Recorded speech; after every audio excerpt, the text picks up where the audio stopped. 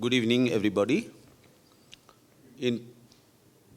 I deem it a privilege to be present here this evening at the BIC to introduce my good friend, Dr. Sanjeev Chopra. He is an IS officer belonging to 1985 batch of West Bengal cadre, and he has held not only positions in the government in West Bengal, but also at the level of Government of India. And after spending close to 36 years of service, he has retired as the director of the Lal Bahadur Shastri National Academy of Administration, which is the alma mater of most of the civil servants of this country, whether they are from IAS, IPS, or whatever services you see. He has shaped the destiny and life of many youngsters who are going to handle India in the coming few decades. I must say that he is not only an IAS officer, he is a very accomplished writer, a historian, which you will see for yourself this evening. He is the founder, academic director of the Valley of Words. It's basically a lit fest in the Valley of Dehradun, and he is now dedicated his life for that. And he was also the Director General of the Administrative Training Institute in West Bengal. He has held many important positions in Government of India. He was the Managing Director of NAFED. He was also the Mission Director of Horticulture Mission. I must say he's not only held important positions, but also he is a great scholar. He was the Hubert Humphrey Scholar at the University of Cornell. He also got a fellowship, the Robert McNamara Fellowship of the World Bank. He's a regular columnist in Millennium Times, a leading agri-expert, and a contributor to many newspapers and magazines of this country. Today we are meeting here to introduce he is going to present his book titled We the People of the States of Bharat. Basically, it is the story of the map of this country. Anyone who sees a map thinks it's a very boring thing to stare at a map, because you know what a map is. And many people think that it is always frozen in time. But he has dwelt below the surface, gone into it, and he has found that the map of any country is a living entity. It is bubbling with life. It is changing, it is ever changing, and it changes over time. It's a dynamic entity. And therefore, his book is about the restructuring of internal boundaries of the country, which are basically the expressions of aspirations, assertions, and adjustment of linguistic, ethnic groups, the interest groups in the polity of the nation. You may recently know that the Jat Taluk in Maharashtra wants to merge with Karnataka. This is making news now. We do not know how the map will be in future. I'm not saying that it will happen, it will not happen, it may happen. But then you see, if that happens, then the country, there is a change in the country. And similarly, we also know these cartographic representations are also weapons to show the opposite party that we are not happy with you. You remember recently, Nepal changed its map to claim certain lands belonging to India, saying it is ours. That is also a way and a weapon in this modern world to demonstrate that, and therefore, that is also another way of looking at it. He has heavily drawn inference from the State Organization Commission, the Linguistic Organization Commission.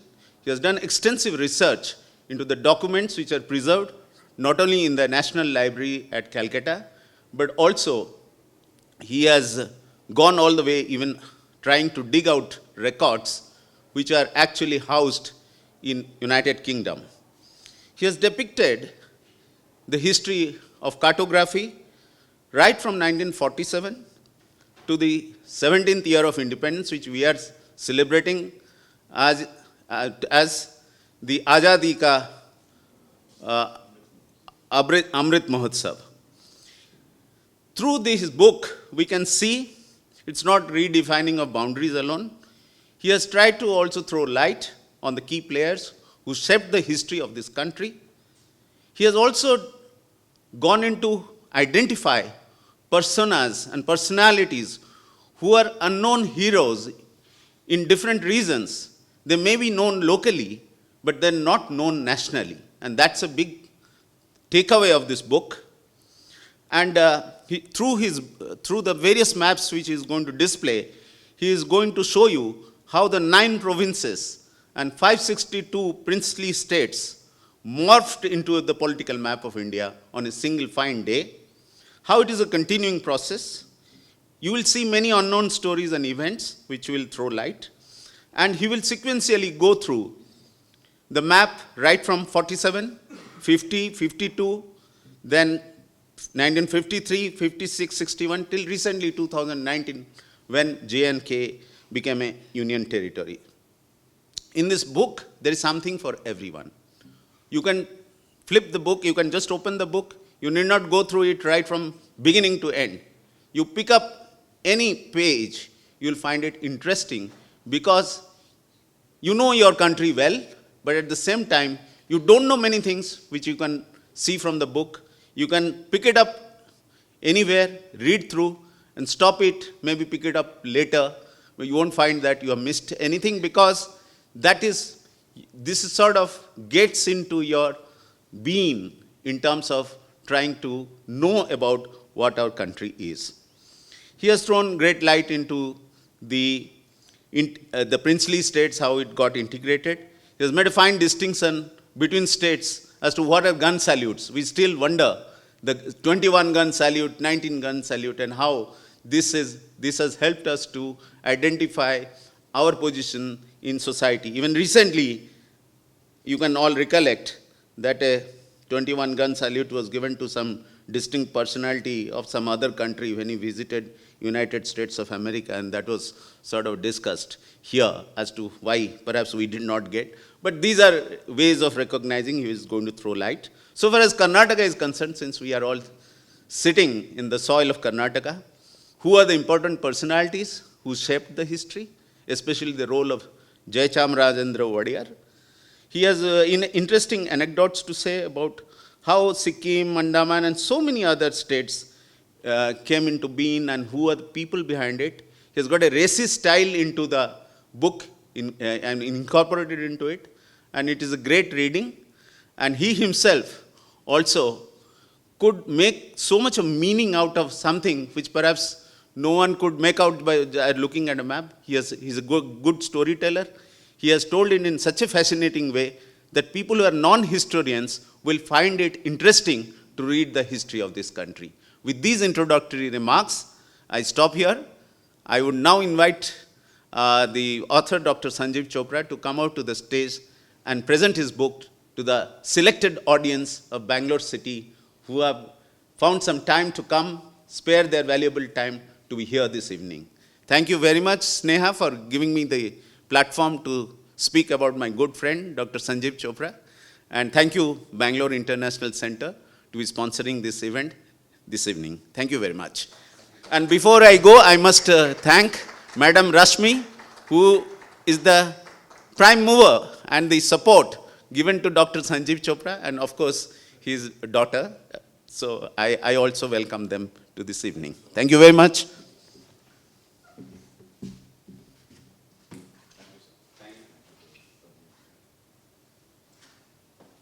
Good evening, and very thank you to the chair, because I must also add that I took over from the chair in the Ministry of Agriculture. We were both mission directors of the National Horticulture Mission.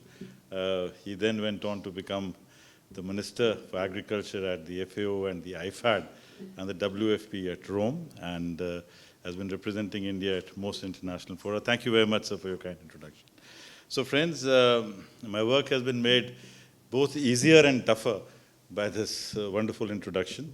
Easier because I don't need to give you the background. Tougher because he's raised expectations which are often very difficult to fulfill, because the only thing that we cannot match is expectations. And that is true for India as well.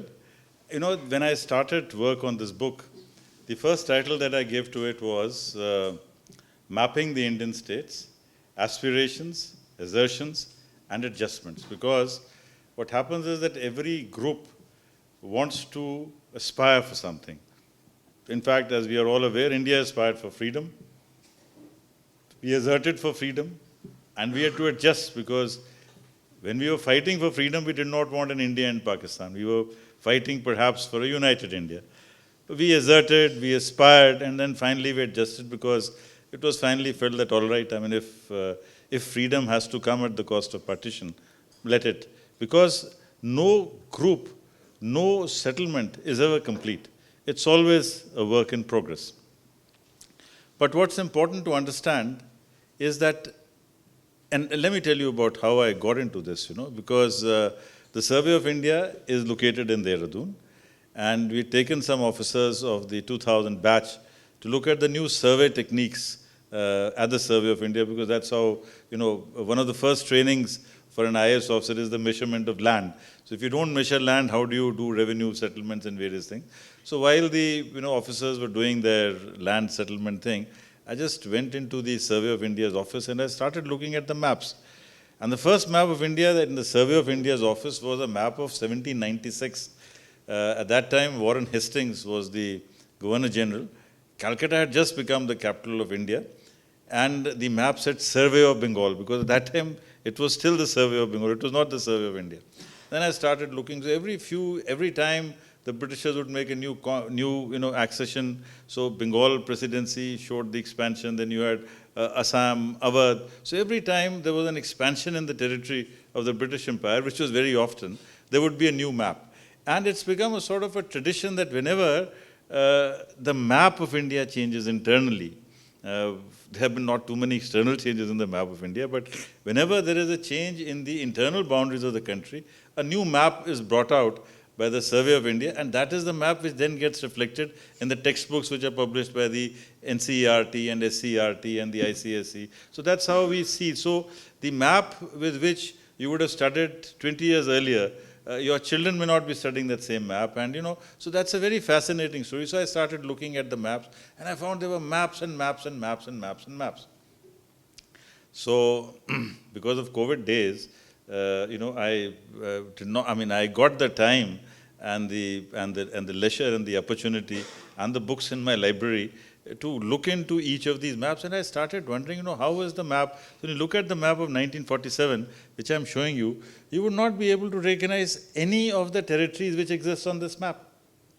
There is not one state, not one Rajya, not one area which is the same as is reflected in 1947. You see, here you can see Mysuru, you can see Hyderabad. There is no Mysore today. This area that was earlier Mysore, more areas got integrated with it to become Karnataka, Hyderabad is no longer Hyderabad. Hyderabad is, of course, morphed into the new Andhra Pradesh after the separation of Telangana. Jammu Kashmir is no longer Jammu Kashmir, it is Jammu Kashmir and Ladakh. So there is no part of the country which is the same as it was in 1947. And although the map of India has changed several times, I will take you through 11 maps to share with you the story of the country. It was not possible to tell you about each map, but I've looked at some of the more significant in terms of the fact that there are some things which leave a trail behind, right? So I'm talking about those maps. So let us first of all understand that there were 11 provinces in British India. Of the 11 provinces in British India, 2, that is Punjab and Bengal, got divided into East Bengal, West Bengal, and East Punjab and West Punjab. And 2 provinces, Sindh and Northwest Frontier Province, they moved to Pakistan. So the 11 provinces of British India, 9 of which 2 were bifurcated, and 562 princely states became a part of the territory of India, which is defined in our schedule. which is defined in the schedule which was attached to the Indian Independence Act. Now, why I say this is important? Because the Articles 1, 2, 3, and 4, they very clearly define the territory of India, and they also very clearly say that not an inch of territory can be added and not an inch of territory can be subtracted. And one more thing that is important is that the states of British India were included in our imagination of India. That is why the first map says India, provinces, states, and districts. States here refer to princely states, not to the states. And a lot of times people have asked me this question that why have I called my book, We the People of the States of Bharat? That is because to make a clear distinction that provinces were the domain of British India and India has organized itself into states, because we all very familiar with the lines, we the people of India have decided to constitute India into a sovereign democratic republic. That's Ambedkar's constitution. And then it goes on to say that India is a union of states. And it's a very significant statement because we are not the United States of India. We are a union of states, which means that states have to be there. India can never become a unitary system. One, because it is too wide, and also because the constitution says that India is a union of states. Therefore, there have to be states in this country. It also means that we the people of India are in a legal and legitimate position to redefine these states. Because it's very clearly given that it is within the power of the government to alter the boundaries of state, to create new states, to create union territories. And courts have now interpreted that a union territory is also a state in all terms, a union territory is also a state. So what happened was that in 1947, there was a big challenge for us, that how do you get these 562 states? So what are the options for us? So the instrument of accession had already been signed. After that, we realized that, you cannot run a country with such large things, because at that point of time, Mr. Jinnah was making all sorts of, incentives, and he told the Raja of Jodhpur, the Raja of Bikaner, and even Kashmir, that, why do you want to be part of India? India is going to be a democratic country. You're going to lose all the powers that you have. If you join Pakistan, I am giving you on a blank check. You don't have to conduct elections. You will rule like a real monarch, right? And so that was the sort of temptation which he was giving to some of these border states, especially Jodhpur. And Jodhpur nearly signed an agreement to be a part of Pakistan. There are still a few Sindhi landlords who, in spite of being Hindus, opted for Pakistan because, and I've been seeing their internal correspondence with their family, they said that, look, if we are part of India, we'll lose our lands. Because the fact that India will abolish zamindari was very clear from the Congress resolutions. From the time of the Champaran Satyagraha, and because both the Socialist Party of India, the Communist Party of India, and the Congress are committed to land reforms, a lot of these Rajas were being tempted to join Pakistan. Only to cut that story short, one more thing before I move on to the next map, is that the Britishers wanted us to call ourselves the Dominion of Hindustan and the Dominion of Pakistan. They did not want India to remain India after they left. Because had they succeeded in creating a Hindustan and a Pakistan, then it would have meant that the British Empire has actually been broken into two. With India adopting India as the name, India became the main successor state and Pakistan became a breakaway state. Now, in international legal terms, it means a lot, which means that we did not have to renegotiate our treaties with anyone. We continued to be members of the League of Nations. We continued to be members of the Indian Olympic, whereas Pakistan had to apply de novo and afresh for all these things. Okay. In 3 years' time, Sardar Patel was able to get all these 562 states either integrated into the Union of India, either integrated as a Chief Commissioner's province or attached to the neighboring state, or if they were large, like Hyderabad and Mysore and Jammu Kashmir, they were allowed to retain their original identity. But by 1950, they said that every state will become part of the country with the same set of regulations across the country. Let's move on to the next map, madam. In the map of 1950, we see that you can almost now begin to get India into shape, because most of these princely states have been merged, with the exception of the very large states. So India begins to become a bit recognizable, not completely, but all those princely states have now been merged into the country, and you find that this has started happening. And this map, if you notice, it says Indian states under the new constitution. This masthead is very important. Indian states under the new constitution. A distinction was made between states which were the old British provinces and the states which had come from the old Maharaja territories. So these were called the territories under the Raj Pramukhs, and the states were under the governors. So this is the first Hindi map of India. For the first time in the country, you got a Hindi map in 1952. And it's very interesting that there were Hindi enthusiasts in the country. A lot has been written about it because they changed the names of many places without official gazette notifications. A case in the point is Lakshadweep. The gazette notification to change the name of Lakshadweep from Lakadiv, Amdivi and Minicoy Islands came only in 1973, but some Hindi enthusiasts had already referred to this as Lakshadweep. Now, I'd like to draw your attention to something at the top here. In this map, in fact, I'm glad that these maps have come together, because if you notice, up there, the word used is Tibet. Right next on top, do you see Tibet written there? On the 1950 map. Yeah, you see, you find Tibet. Right. Now let's move on to the map of 1952. In the map of 1952, you find Tibet, and there is also Chin. Do you find Chin written there on top? This is a very significant point. The Britishers never recognized China as a neighboring state. The Britishers always used the word Tibet. But for the first time, Chin makes an appearance on the map of India. Now, a map not only reflects what you think of yourself, the map also tells you what you think of the neighboring country, which is the point which Mr. Pattanayak was just making, that, that Nepal has changed the phrase. Because incidentally, I must tell you, it's an aside from here, Nepal has just had its elections, and I have just been interacting with their ambassador. But there are real challenges for Nepal because, in fact, one of my conclusions also about them, 55% of the population of Nepal is now in Madhes area.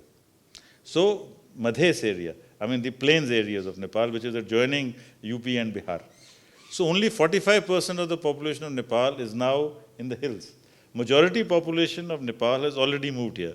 Now, in their delimitation of constituencies, and that is why the delimitation of constituencies is a very political and a very hotly contested item, because you have an MP in Lakshadweep with 1.5 lakh, less than about 79,000 voters, and you have MPs with 5 lakh voters, 6 lakh voters, 10 lakh voters. But anyway, that is sometimes I just get too carried away with things. But the point was that Chin and Tibet is there on this map. But this is the map in which, the Hindi heartland comes out very clearly. So you have in this map that you have a large area which is Hindi speaking. Hyderabad continues to be Hyderabad. There are not too many changes between this map and the 1950 map, except for the inclusion of the word Chin on the frontier of India. Let's move on, ma'am, to the next map. Now, you see, the next map is that I'm showing you is the map of 1953. Yes, because what happened was that in 1952, there was a major agitation in Madras state by the Telugu-speaking people. Some were sent to Pilibhit, some were sent to UP, some were sent to Odisha. So it was a very sad commentary, because when you send 4,000-5,000 people to a place which is totally alien, they lose their roots. Whereas in the case of Punjab, they did not lose their roots because it was Punjabi speaking. They knew almost everybody. So it's a successful. So they felt that, if the area which is now Jharkhand, which was very sparsely populated, why can't we do it? Initially, it was a very welcome idea. The Congress was all for it. The Prime Minister was all for it. But the opposition came from the Communist Party of India and the UP Congress, because the UP Congress felt that here would be a state which will be bigger than UP. So UP will lose its permanent hold and control over the politics of the country. So these are the two factors which led to this thing. Another interesting thing which I want to share with you is that in 1956, Lakshadweep became a union territory with 21,000 people. 21,000 people and a union territory. Now, the reason was that from 1954, the communists and the socialists in Kerala started getting more votes than the Congress party. And there was a real, not threat or danger, because Communist Party of India was a legal entity, but there was this lurking fear that if Lakshadweep, incidentally, Lakshadweep was earlier being administered by Malabar, part of it was in Malabar, part of it was being administered from Cochin. So they felt that if Lakshadweep is a part of Kerala, and if Kerala turns communist, and if there's a red flag over the Minicoy Island, which is the farthest thing, and if some Soviet, naval armada comes there, and the Soviet Republic is declared in Minicoy or in, one of these islands, it would create a major, it could create a major upset for India. So that these are some of the things which, so 21,000 people, you created a union territory because there was a little fear at that point of time. 50s was also the period where the political contest between the communists and the Congress party was very strong. The Communist Party, incidentally, was the second largest party in the country. Second largest party. The RSS and the BJP came in very third at that point of time. So we are moving on now to the next map, and I'll take you now to the map of 1960, where you find that Maharashtra and Gujarat have been created, because you see the states SRC had recommended the 4 southern states to be created, but they wanted and they thought that let Bombay and Punjab remain 2 bilingual states in the country. The reason was that as far as Punjab is concerned, the SRC had the view that both Punjab and Assam, in spite of very major differences in linguistic lines and a strong demand for a linguistic reorganization, the SRC felt that border states should be large, border states should be big, because before the creation of BSF, the defense of the international boundary was the mandate of the state armed police. So it was the state armed police of Punjab which was guarding which was the first line of defense on the Punjab frontier, and the Assam and the Bengal police, which was the first line of defense insofar as the East Bengal frontier was concerned. So the SRC was against small states. So that was the logic which they applied, and they did not create the Punjabi Suba, which was being demanded by the Sikhs, principally the Sikhs of Punjab, and also this thing. So, but the reason why Maharashtra and Gujarat, the reason was Bombay. Bombay was a bone of contention. There was a thought that Bombay can be made into a union territory. And, another thing is that at various points of time, all the large cities, there have been many claims on that, starting with Madras. One of the reasons was that Madras, Chennai, incidentally, the Telugu name, it was named after a Telugu goddess. So Chennai was claimed by both Telugus and the Tamils. So as a compromise, the Tirupati temple was given to Andhra Pradesh, and this was Madras continued to be this Calcutta. There was a big fight between whether Calcutta should go to East Bengal or West Bengal. And when it was decided that Calcutta will be with West Bengal, Jinnah actually lost interest in East Bengal, because all he wanted was Calcutta. And in Calcutta also, when there was big fight going on between the Congress and the Muslim League, the expat population of Calcutta, they went to Governor Burroughs and said, why don't you make us like Hong Kong and Singapore? Why don't you create a free state? It's a port city, so it can be. These are little facts of history. There were many areas in the country which the British wanted to make as crown territories, including Andaman and Nicobar Islands. Andaman and Nicobar, incidentally, was claimed by India, it was claimed by Burma, it was claimed by East Pakistan, and the Britishers also toyed with the idea of making it something like Mauritius or, something like that, which they wanted. But anyway, firm position taken by Mr. Menon prevented all this from happening. But in 1960, Gujarat and Maharashtra, they were separated. I mean, they became separate entities. And once this happened, then it was inevitable that over a few years' time, it would happen to Punjab, it will happen to all the other places. But before that, let's move on. Yeah. Now, before that, I've not been able to reflect it in the maps. Two other very important things have happened. You will find it here. Let's focus on the northeast and Sikkim areas you will find here. You see, in 1963, the state of Nagaland was created. Now, you might ask that why is the creation of Nagaland so important?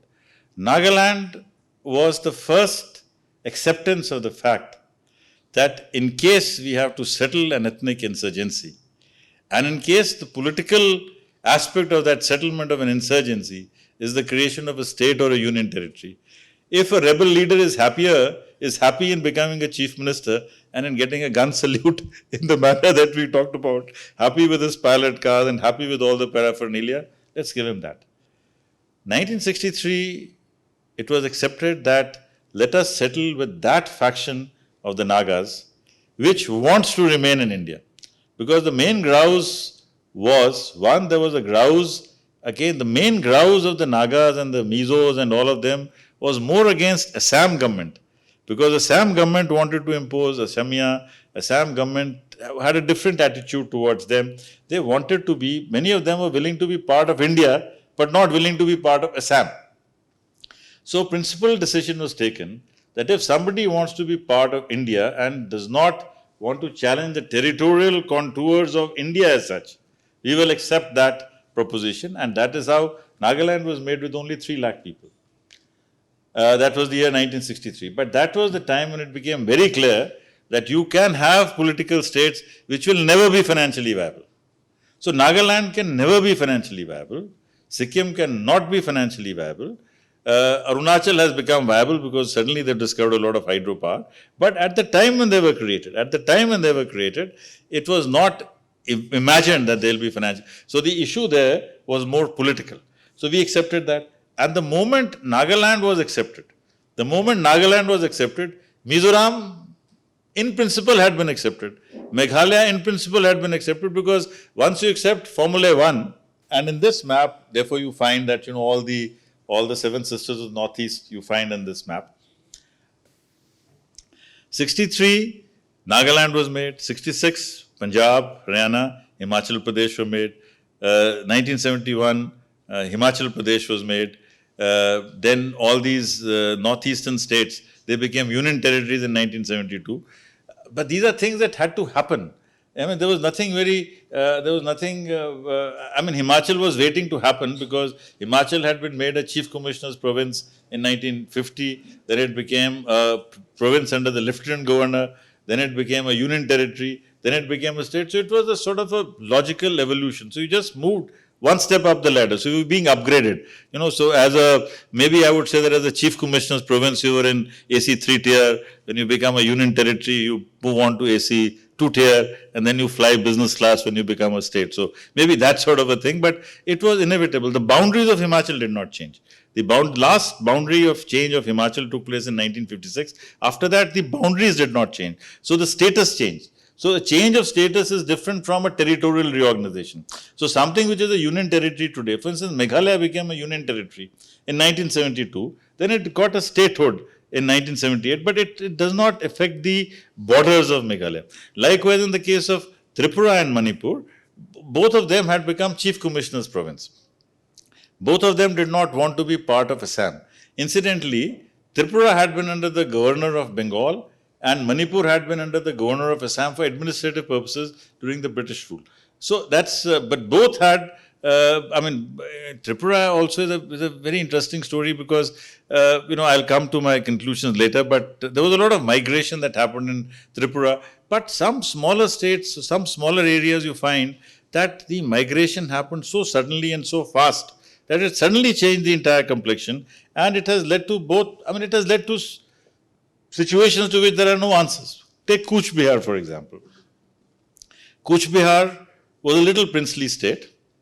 It was a Bodo kingdom, right? The Kochis and the Bodos are the same.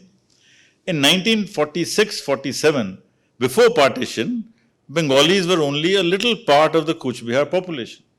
But in 1947, such was the wave of migration that in about a year's time, the Bengalis became an overwhelming majority in Cooch Behar. And therefore, there was a lot of demand that Cooch Behar should be merged into Bengal. I was the ADM of Cooch Behar, and while going through, the archives of the Cooch Behar, I came across a very interesting letter from Dr. B.C. Roy to Mr. Nehru. And this letter also shows that nothing much has changed in the last 70 years. Mr. B.C. Roy writes a letter. Of course, B.C. Roy and Jawaharlal Nehru had been together, so he writes, "Dear Jahar," and writes many things, and then he says that it's high time that you declare the merger of Cooch Behar with Bengal, because Subhas's brother Sarath is going to raise hue and cry about it. So before the next elections, do it. So this sort of a thing which politicians have always been. So it is not that politicians of today are many times worse off than the politicians of earlier times. The moment we have to make a very clear distinction between political leadership during the freedom struggle and political leadership immediately after the freedom struggle, because after the freedom struggle, it's the quest for power, and quest for power is okay. So we shouldn't, at least I'm not attributing any value judgments to that. Okay, so this you find, the Sikkim story is, you mentioned about 75. See, Sikkim story does not start in 1975. Sikkim story starts in 1870. And I must share with you that ultimately politics is also about demographics. And that is why when issues are raised and questions are asked about why political parties take certain positions, it's got to do with demography. See, in 1870, the Bhotias, who were then the rulers of Sikkim, they had taken over the kingdom from the Lepchas, who were the original rulers or the original custodians of Sikkim. They were both under the influence of the Dalai Lama. So they were basically lamas. So, and involved in the spiritual activities, involved in the salvation, and were a bit lazy about cultivating lands because that was hard work. So they invited the people from Nepal to come and cultivate their lands. That was the year of the Lord, 1870 recorded. First set of about 800 Gurkhas came to cultivate lands around the monasteries so that the monasteries can be well fed. By 1947, Nepalis were 60% of the population of Sikkim. So the Sikkim Congress, which was led by the Nepalis, they wanted to merge with India. Because at that time the Chogyal had 20 seats for Bhotias, 20 seats for Lepchas, and 20 seats for the Nepalese. So naturally the Nepalese felt a bit disenfranchised. So the movement for Sikkim becoming a part of India is not because of international politics, as is sometimes made out to be. It is not so much the contest of China. Sometimes it is made out that, the Chogyal did this and this, that. It was something which was waiting to happen. Because by 1975, Nepalis are about 65, 70, and after elections, after the first Chief Minister, Kazi Landup Dorji, all Chief Ministers of Sikkim have to be Nepalis. Because that is the logic.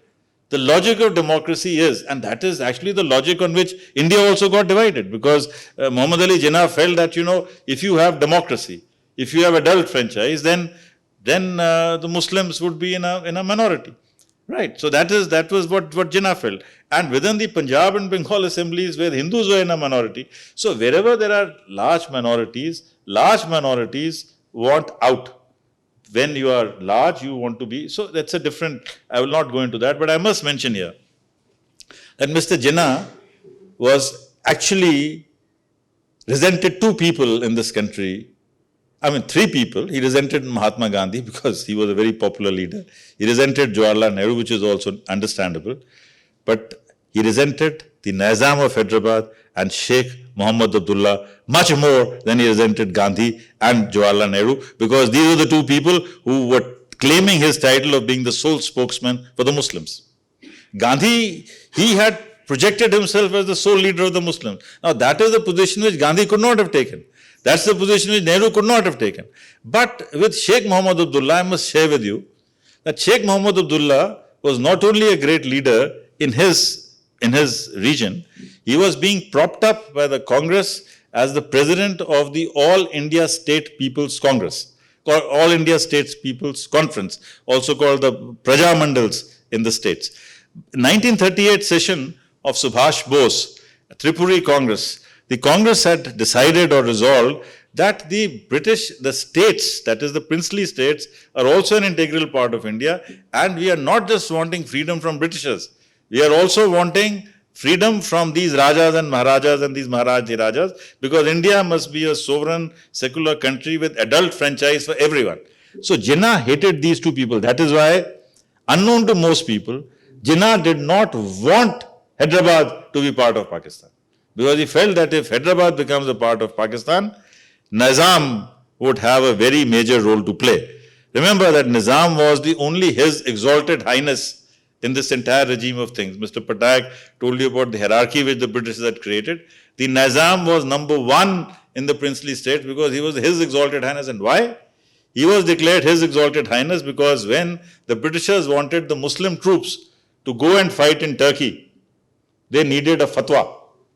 They needed a fatwa. Who could give that fatwa? I mean, the religious leaders would not give that fatwa, but the Nizam of Hyderabad gave that fatwa. Nizam of Hyderabad said that I and so and so, blah, blah, blah, blah, blah, blah, hereby say that fighting against the Caliph. Now, it's a very interesting thing. Nizam is supporting that British troops can fight against the Khalifa, and here is the Congress party which is saying that we shall protect the Caliphate. So history is full of so many interesting things, so many interesting anecdotes, which when you look at them in perspective, it becomes very interesting. Again, talking of Hyderabad and Jammu Kashmir, these are two states and many more areas in the liberation of Jammu Kashmir, Hyderabad and Goa. The RSS and the Congress work together hand in hand. It's something which both RSS and Congress would deny today. I mean, they would not like to admit publicly that they shared the stage or that they were together on many issues. And again, another point which I want to share with you is that whatever we might say about, the differences in politics, of the 104 constitutional amendments that we've had today, till so far, in a majority of the cases, there has been bipartisan consensus. Majority of the cases, there has been bipartisan consensus. But I'm moving away from my subject of maps and I have very little time left. Let's move on. So I want you to take, 1978, as I told you, we have the Sikkim and the Northeast established. Now we come to 2000, when the three states of Chhattisgarh, Jharkhand and Uttarakhand are made. Now, what is significant here is that before this point, the BJP's position was that there should be no division of Bharat. There should be no internal divisions in Bharat. BJP changed its position to support the creation of Jharkhand, Chhattisgarh and Uttarakhand. Let's also understand that in Jharkhand, tribals were no longer the majority. In Chhattisgarh also, they realized that the outsiders have become more, and the BJP had a much greater influence over those who were not the ethnic population of these states. But the opposition to a small state disappeared. But I must mention here that the preferred name which BJP always had was Vananchal and Uttaranchal. I mean, the words that the terms that they did not want the terms Uttarakhand and Jharkhand, because they felt that Bharat cannot have Khand. They wanted the names Uttaranchal and Vananchal, but the people of Uttarakhand and the people of Jharkhand identified themselves more with the term Uttarakhand and Jharkhand. And therefore, Jharkhand was always Jharkhand. In the case of Uttarakhand, N.D. Tiwari, the first effective chief minister, was very intelligent. So when the UKD started a movement that we should name Uttaranchal as Uttarakhand, he said, okay, let's call it Uttarakhand. Makes no difference. The BJP did not oppose it. So there has been a major bipartisan consensus on most things. And there was a bipartisan consensus, next map please, when we had Telangana. Now what is the significance of Telangana? The significance of Telangana is that we finally accepted the fact that even a non-Hindi speaking, that Telugus can also have two states. Before that, it was only the Hindi states or the Hindi heartland which had more than one state. So the principle that if you have one language, you will have one state. Now that in the case of Hindi, such a vast, so Punjab, Rajasthan, Rajasthan, Bihar, all these were Hindis. So that principle so now what happens is that because of this, the possibility of a second state for Marathas, Vidarbha, the lines have opened up. Second state in North Bengal, lines have opened up, right? So these are all very interesting. And finally, in 2019, a great change happened when the map of India was again changed to show Ladakh as a union territory and Jammu Kashmir as a union territory. I must mention here that Ladakh always wanted to be separated from Kashmir, always. Incidentally, Jammu Kashmir, Ladakh, and I mean, in the imagination of Jammu and Kashmir, I mean, the official name of Jammu and Kashmir before 1947 was Jammuwa, Kashmirwa, Ladakhwa, Tibetha. That is the state of Jammu, Kashmir, Ladakh, and Tibet. This is the way in which Maharaja Hari Singh defined himself.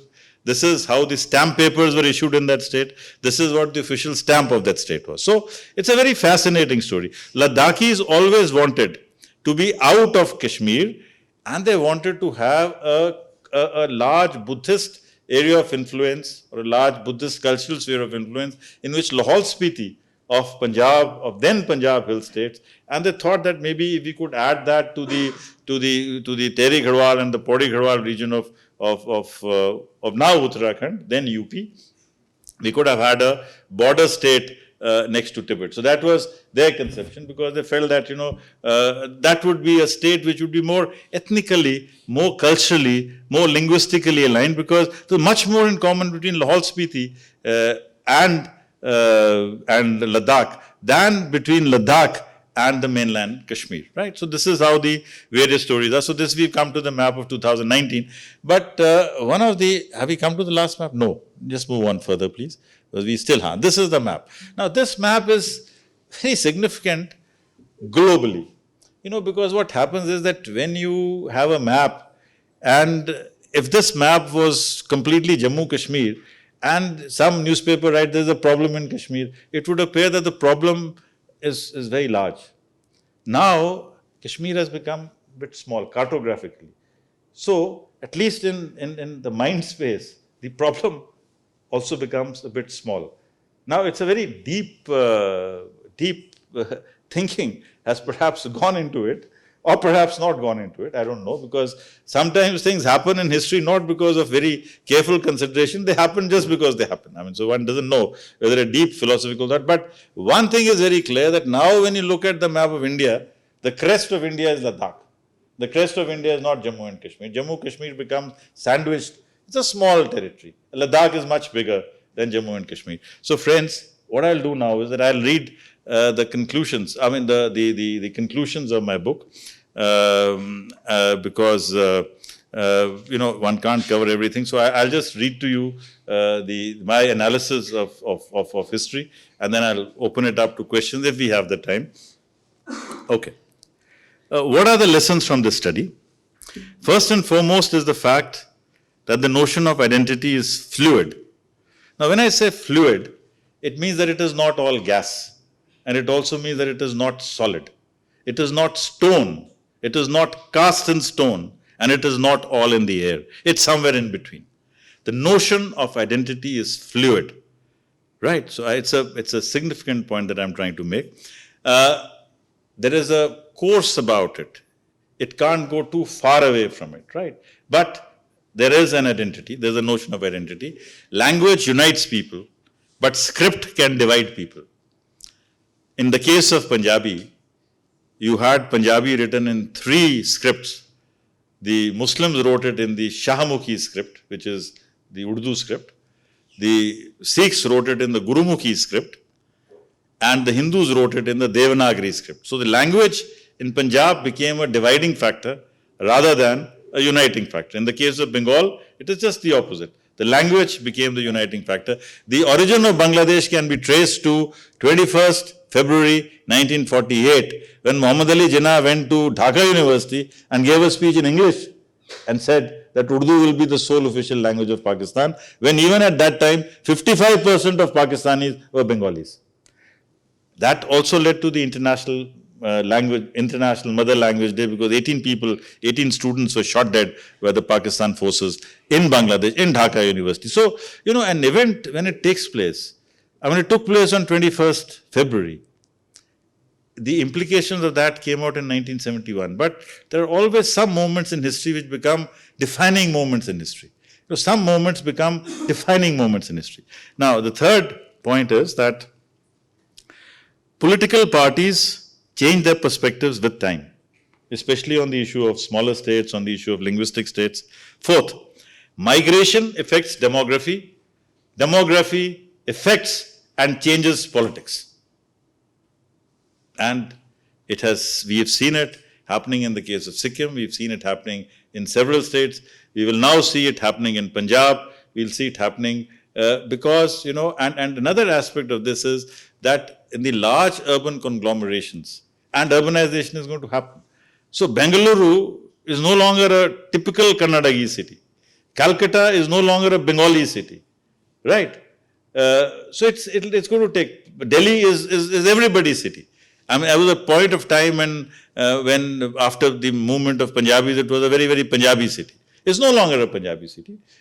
You find every person, and when you look around Bangalore, you find everybody is there in Bangalore, right? So if you speak Bengali and Nepali, it's a great advantage in Bangalore. Yesterday, at one place I didn't have to pay parking fees because I spoke in Bangla. So great advantages of knowing many languages in this country. Fifth, there's a gap between what national political leadership of a party may want and what the ground level workers do. In the case of Maharashtra and Gujarat, at that point of time, the Communist Party of India leadership, the Congress leadership, the two dominant groups in Maharashtra did not want the division of Bombay State. But workers and MLAs and MPs, they broke party ranks and they said, no, we will have a Maharashtra and we'll have a Gujarat. So if there is a ground level condition, the national political, take the case of Haryana MLAs. Haryana MLAs will never be able to say that give Chandigarh to Punjab. The national leadership of Congress has time and again said that Chandigarh should go to Punjab. Mrs. Indira Gandhi said, if a leader as powerful as Indira Gandhi during her heydays could not get her will enforced on the MLAs of Haryana, we can imagine what, even today, with Mr. Khattar being there, Mr. Modi giving orders, even then, MLAs of Haryana will never approve a national resolution which will say, give Chandigarh to Punjab. And that will be true for most rivers, most areas. So the national leadership of a party may want something, but the ground level workers know what the voters will ask, and therefore there is a dissonance. And sometimes it is done very cleverly. The national political party will say, oh, this is what we want. And the local people will say, this is what we don't want. So it's a very interesting balance which the two will have. Okay. I know I'm running out of time, but the English press and the Hindi press and the regional press have a different viewpoint on most issues. So if we read the English press, we will have one opinion. When you read the Hindi press, you'll have a second opinion. When you read the regional press, you'll have the third opinion. And all this is very important, especially when you look at Punjab, when you look at Bengal. I'm sure the same thing holds true for Karnataka and every state in the country. And then the next point is that every story has many perspectives. There is not one unilateral perspective on any story. While 7 decades is a long time in the life of an individual, 7 decades is nothing in the history of a nation. Nations define their lives in terms of centuries, and civilizations define their life in terms of millennia. So, when you look at history, you have to look at what perspective. Are you looking at history in the short durée? Are you looking at history in the long durée? And then you come to some very interesting understanding that on issues on which people have fought, after a few years, those issues simply refuse to matter. So I'll now read the last line of my book, of the introduction. From the meta-narratives that I have read and enjoyed, the Mahabharata of Ved Vyas, Edward Gibbon's Decline and Fall of the Roman Empire, Francis Fukuyama's End of History, and Yuval Noah Harari's Homo Deus, it is clear that no dynasty or group can stay in power forever. Power creates its own contradictions. Hubris is inevitable, and the quest for control is always couched in the grand narrative of either climate change or cultural civilizational identity, or sustainable development, whose revival will be the silver bullet for all current and future problems. So this is how political leadership likes to project itself, because nobody says that it wants power for itself. There is nothing right or wrong about wanting to have power, but we always couch our quest for power in a grand narrative. So ladies and gentlemen, thank you very much.